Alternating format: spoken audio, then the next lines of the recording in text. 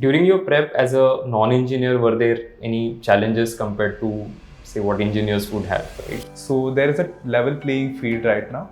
You need to know the concepts, but you don't need to know them as good as engineers. How was your NMIMS interview? Because they introduced the AI interviews for the very first time this year. The AI interview, I think, bases this question based on a 300 word SOP that we submit. So my SOP included the same things which I mentioned right now. So naturally the questions are based on it. So do you think you could have prepared alongside job as well, or was the job too hectic because of which you decided to quit? Now that I have done it, I think a student with a good plan and a good vision can do it along with work, but that is something that I can say looking back in hindsight.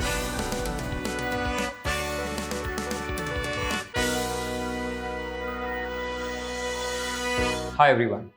So today we have, in this special segment, we have our student Arvind with us, and he has converted both NMIMS and IIFT, and he's going to join IIFT. So in today's interaction, we're going to understand from him what motivated him to take the CAT, and he has taken CAT multiple times. He also has 4 years of work experience. So we're going to understand what motivated him in the first place and how his journey was with IMS and what are his future plans. Let's get started. Hi Arvind. Hi Prasad sir, very good to be here. How are you? Good. So first of all, congratulations on Thank you so converting much. NM and IIFT both. So let's first start with your introduction. So if you can help the audience understand your background. Sure. So I have studied BMS Finance from HR College of Commerce and Economics, and I graduated in 2020. I got a campus placement at Morgan Stanley, and I have been working at Morgan Stanley for 4 years till July 2024. I was in the product control division for a product called Core Prime Brokerage. What product control does is the first line of defense for the accounting books, which ensures that every single number feeding into the accounting book is correct while interacting with the traders, finance management, treasury, operations, and tech. So quite a demanding role, considering you need a lot of analysis to know if anything is correct or not. You need a lot of communication to different stakeholders at real-time basis, and understanding of finance and substantiation. So that were the skills which I developed at my tenure at Morgan Stanley. I decided to give a full-time attempt at CAT. So I resigned in 2024, and here in June 2025, we are here with and I worked with IMS during that time. Went to offline classes, took their coaching, did the interview prep with them, and also followed up through the whole journey. And now, after a year of time, I'm here with IMS's effort with IIFT and NMIMS Convert. Okay. So you started taking CAT pretty early. So in your final year of graduation, as we were discussing earlier, you started taking the CAT. Were you seriously taking CAT at that point of time, or it was just to sort of test the ground at whether you are the fit for this particular thing or not? Very good question. So I had a serious effort. I gave 2019 just to see how to test the ground. 2021, 22 onwards, I have been giving attempts which were serious in the sense, but I had not covered the whole length of the portion. But eventually, the most serious attempt was the latest one. So, yeah. Okay. And in this attempt, did you do anything which is different? I mean, of course, you quit your job. So do you think you could have prepared alongside job as well, or was the job too hectic because of which you decided to quit? Yes. So now that I had already resigned from job, and the things which I did differently was definitely devote a lot of time. The second different thing was, now that I have been going all in on CAT, I also focused on all other management entrance tests. And third thing was, I devoted a lot more time for my interview prep as well. So these are the things which I did differently. Now that I have done it, I think a student with a good plan and a good vision can do it along with work, but that is something that I can say looking back in hindsight, I wouldn't have done it personally. So, and with 4 years, typically a lot of students also think of the 1 year MBA programs because they are eligible for most of them. Some of them, of course, need 5 years of experience. So did that thing was something that you were looking at, that okay, maybe 1 year also is something that I can look at after 4 years of experience?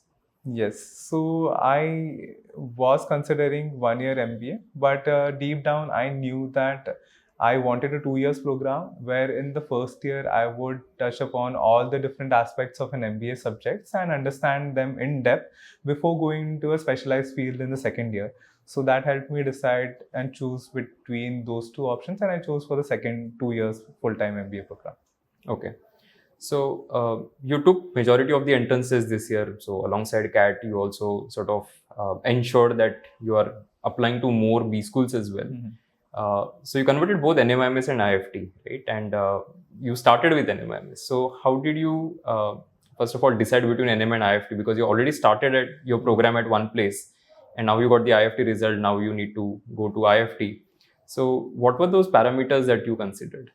Yes, so first important parameters was the legacy of the school. So IFT is established earlier, has a great alumni base. Second thing was the batch size.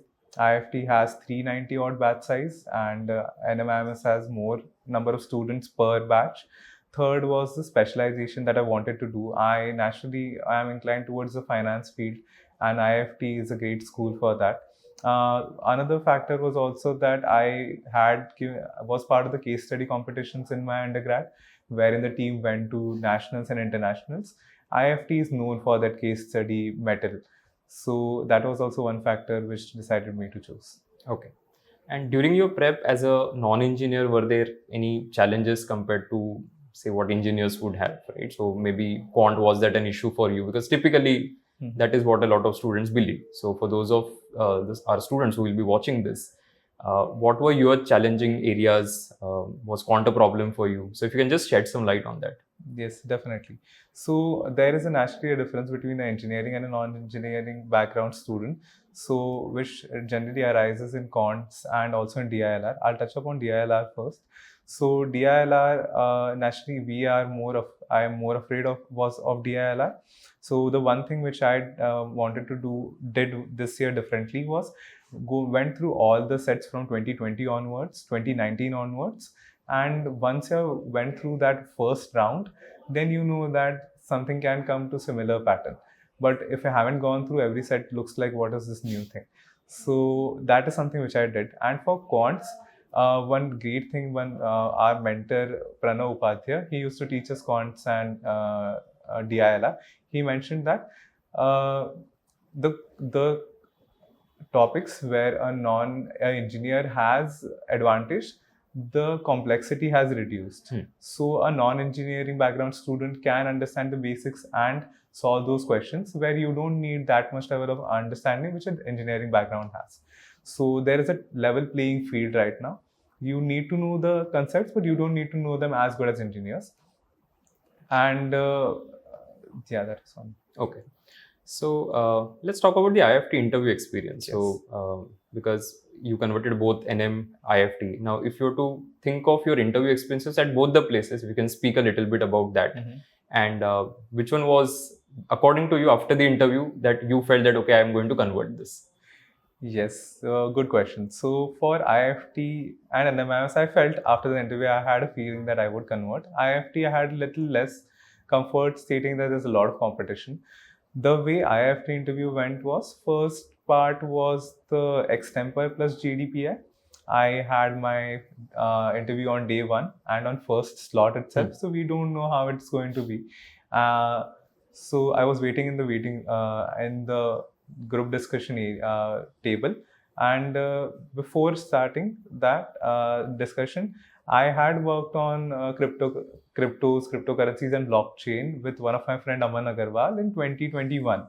So I had some knowledge about it, and I had worked with Morgan Stanley for 4 years. So I knew the domain which I was working in and some other domains along with it. Luckily, on that day itself, sitting at the group discussion table, the topic that was provided to us centrally from IIFT was application of blockchain in finance. So that worked out well for me. I could speak, I could narrate well into the group discussion, I could navigate the group discussion. And I had done 2 or 3 practice sessions with IMS as well. So even that helped me polish my skills, even though I have the knowledge of it. So that's how my interview went. Now that's how my group discussion went. And now coming to the interview aspect, they wanted to understand how my profile is. and what perspectives I bring in. So I told them about my BMS finance journey, about how I was part of the placement committee as well, case study competitions. In terms of job, what all things which I did along with the job, and what all things added benefit to it that I used to present to the traders and finance management, the findings that I have, along with the usual work that I used to do. They knew about my profile. Then they came over to ask questions about how fit are you to the foreign trade related aspects. So for foreign trade related aspects, they wanted to know what are the global topics currently going on. How do you what are your views on global politics? These were the field of interest from me from the start. So this was naturally something that I could speak about. Now, one more additional factor which comes in is that I come with 4 years of experience. Now, me coming with 4 years of experience, there is a natural question: how are you going to make sure that you interact with the whole batch, where there are going to be freshers and there are going to be people who have 2-3 years of experience, and naturally you. So the way I personally believe is, now that I have 4 years of experience, I do have certain knowledge, and the people who are coming in as freshers, they bring in a lot of energy and perspective. So they bring in the questions and the energy that they put into the field. I think eventually it's a great way to work and study with them. So that was my answer as well to them. And how was your NMIMS interview? Because they introduced the AI interviews for the very first time this year. So what was that experience like? Yes. So the AI interview, I think, bases this question based on a 300 word SOP that we submit. So my SOP included the same things which I mentioned right now. So naturally the questions are based on it. So there were questions related to my work. There were questions related to how I was part of the placement committee. There were questions related to the case study competitions which I have given. So these are the questions which came from my SOP. So I knew how to answer them. That was part. And I think later on the questions came to how I'm actually going to apply the advanced tech, AI tech, blockchain kind of technologies into managerial field and into the field of finance. So I had prepped those answers, but I also answered in a way that felt right to me according to the question. So these were that was my interview prep. That was the way interview went, and that were my answers were. So I think it went well. Okay. So between you quitting your job, right, last year, and of course the interviews, how did you use your time? So I want to explore this from two angles. One is pre-CAT, what did you do? And post-CAT, what did you do? Because a lot of students right now, we are recording this in June, so they'll be thinking of quitting their job, right? So what would be your advice to such students based on what you did? Great question. So it is generally advised not to quit your job. Considering I had 4 years of work experience and I had been giving CAT along with it, I knew I had backups if I had to go back, which is a very important thing for anyone who is watching this, that do ensure that you're not just getting away from a job, have your backups. So I knew recruiters, or I knew I can always go back to the people who can hire me. Now, what I did after resigning was, I had already started with IMS offline coaching at the Borivali branch. So my classes were there. Once my job ended, I put in all the energy and effort full time into the CAT prep at the offline center. I had two great mentors, Pranav Upadhyay for DILR and Quant, and Aditi Dalal ma'am for VARC. So they helped me understand the portion. They took me through how do you approach a test. They also went beyond the test to how do you approach GDPI, as it is very much important to convert your MBAs. And it was also related to how would you even approach your MBA. So it was not just a focused test related thing. So having a great mentors at IMS really helped. So that is what I did. So study for the test, then went prepared for the group discussion and PI, and then eventually the interviews.